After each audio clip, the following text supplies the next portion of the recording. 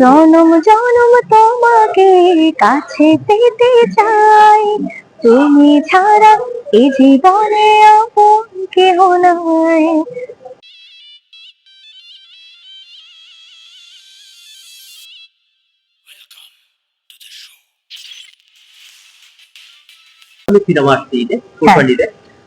আমি টিজারটা দেখেছি, তান্দুর সিনেমার টিজারটা দেখেছি, খুব ভালো লেগেছে এবং রায়হান রাফির কাজ সবসময় ভালো হয়, তো আমি আশাবাদী এই মুভিটা ভালো।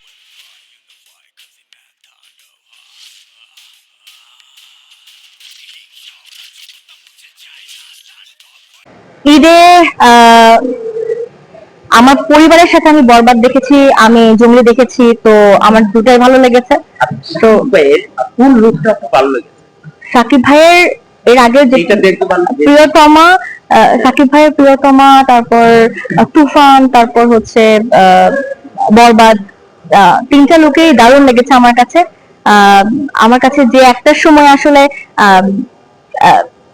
আমাদের যে জেনারেশনটা, এটা সাকিব খানের মুভি দেখাটা বাংলা সিনেমার যেই অবস্থায় সে দেখার মতন আসলে ছিল না, সেখান থেকে মুখ ঘুরিয়ে এখন আমার জেনারেশন বলবো বা আমার পরের জেনারেশনের অনেকেই সাকিব হয়েছে, এটা বিশাল ব্যাপার একটা। দর্শক আপনাকে চাচ্ছে কবে সাকিব খানের সিনেমায় গান বলবেন, কবে সাকিব ভাইয়ের সিনেমায় কবে আসবে? সাকিব ভাইয়ের সিনেমায় কে না গান গেছে, ডেফিনেটলি।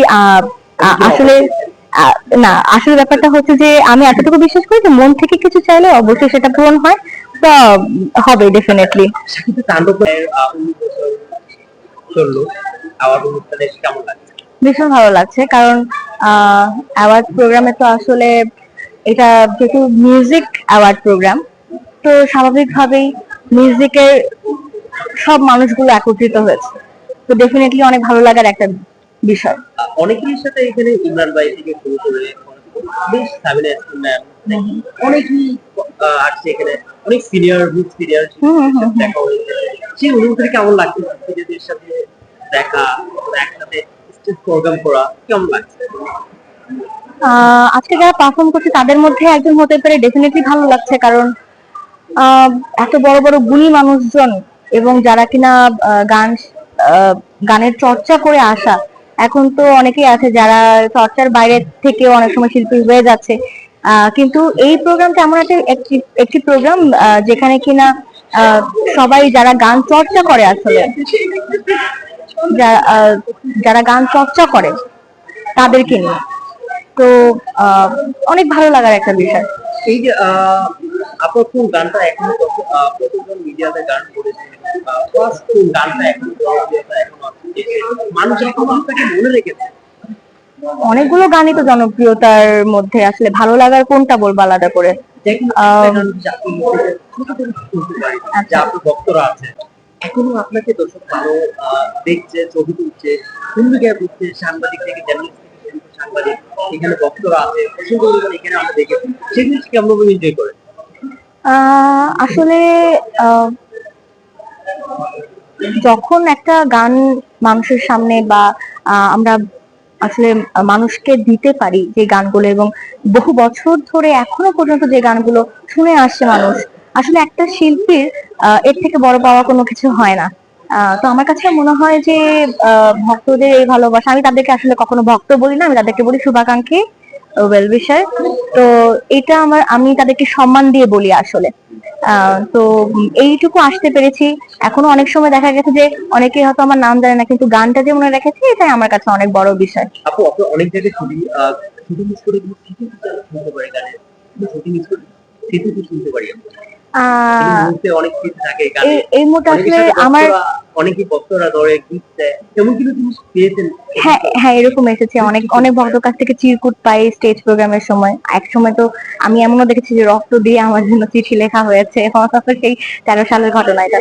তো স্মৃতি আরেকটা আছে এরকম যে আমি যখন পৃথিবী অনেক বড় গানটা শুটিং করতে চাই কক্সবাজারে, তো এই গানটা যে হিট হবে তখনই বুঝে গেছিলাম, কারণ এই গানটা যখন একটা সাউন্ড স্পিকারে, লাউড স্পিকারে বাজছিল, তখন আসলে সবাই এসে শুটিং দেখছিল এবং বলছিল এই গানটা কার, এই গানটা আসিফের সাথে নতুন এই সিঙ্গারটা কে।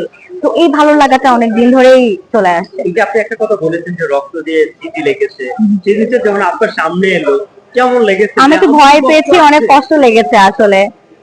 কারণ নাম লেখা ছিল না, তো ব্যাপারটা অনেক কষ্টের ছিল। ঈদে কোন কাজটা আপনার?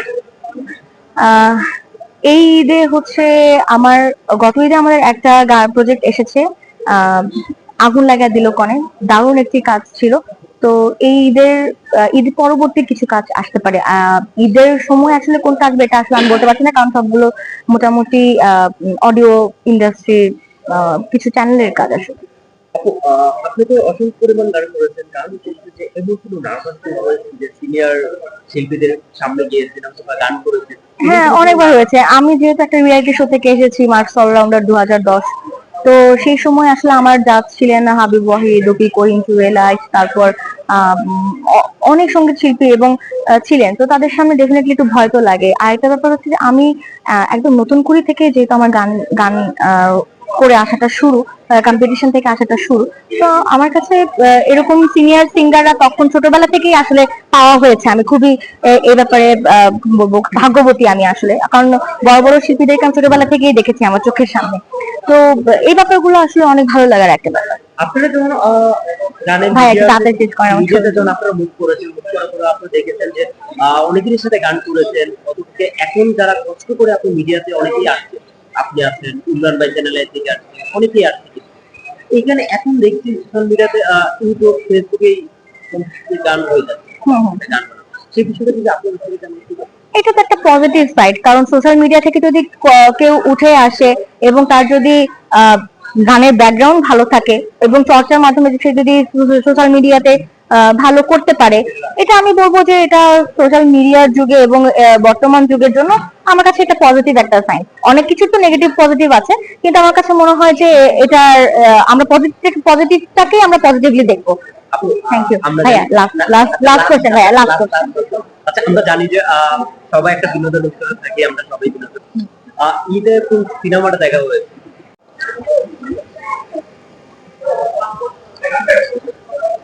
আপু কেমন আছেন? আজকে চ্যানেলে